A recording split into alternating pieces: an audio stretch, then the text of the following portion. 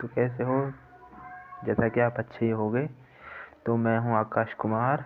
तो आज मैं इस वीडियो में आपके लिए लाया हूं हाइड्रोजोइक एसिड के निर्माण की विधियां, यानी हाइड्रोजोइक अम्ल के कैसे बनाते हैं। तो इसकी सबसे पहली निर्माण विधि है ऑक्सीकरण विधि। ऑक्सीकरण के द्वारा हम हाइड्रोजोइक एसिड बनाएंगे। तो जब हम N2H4 यानी हाइड्रोजीन या NH2 सिंगल बॉन्ड NH2 का ऑक्सीकरण ओजोन या हाइड्रोजन परऑक्साइड के द्वारा करते हैं तो हाइड्रोजोइक एसिड प्राप्त होता है। ये हमारी दोनों समीकरण हैं। पहले समीकरण में हमने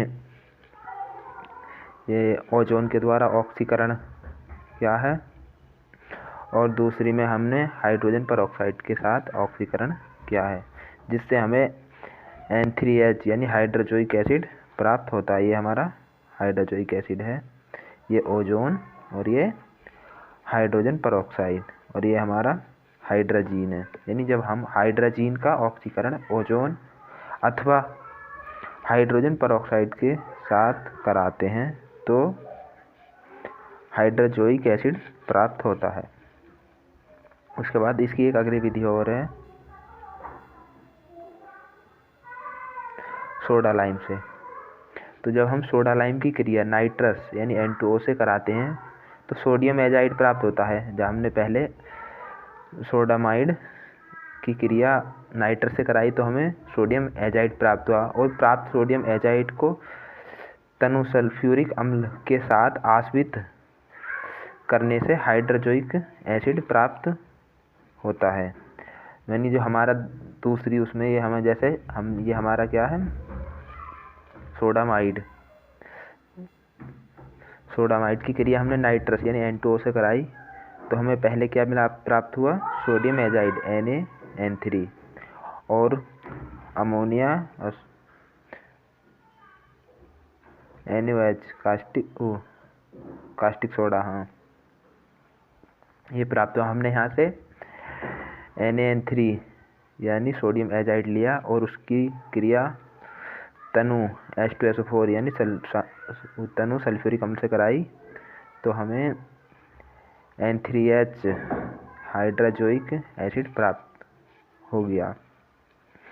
उसके बाद इसकी फिजिकल प्रॉपर्टीज यानी भौतिक गुण आते हैं। तो यह एक रंगीन वाष्पित द्रव है और इसका क्वथनांक 37 डिग्री सेल्सियस होता है। यह एक विषैला पदार्थ है और यह विस्फोटक यानी विस्फोटक होता है। ये जो पदार्थ है एक विस्फोटक होता है।